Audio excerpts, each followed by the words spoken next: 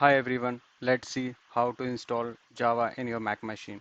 So first of all, click on Spotlight and open the terminal. Once the terminal get open, check for Java. It's already installed your system or not. So for checking, type Java hyphen version, press enter.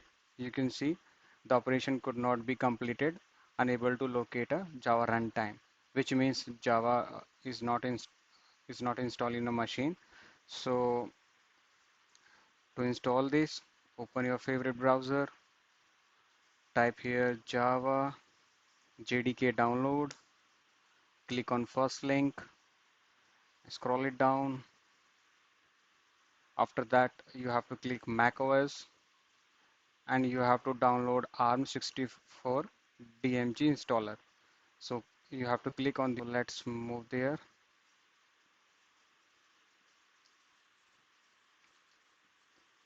So here I already have DMG files. So just double click on it, double click on package file, press continue here, press install here, and it's asking you for system password. Just give your system password.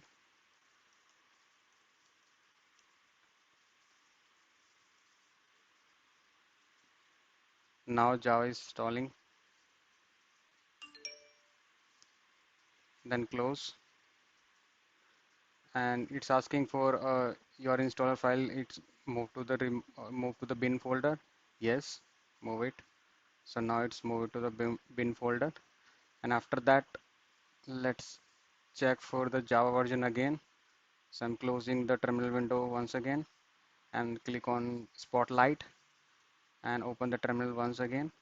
And here I'm typing Java and hyphen version.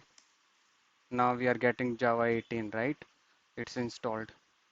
Let's see how to set up the Java environment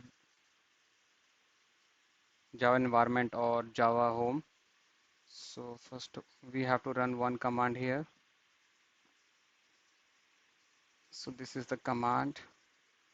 Let me copy it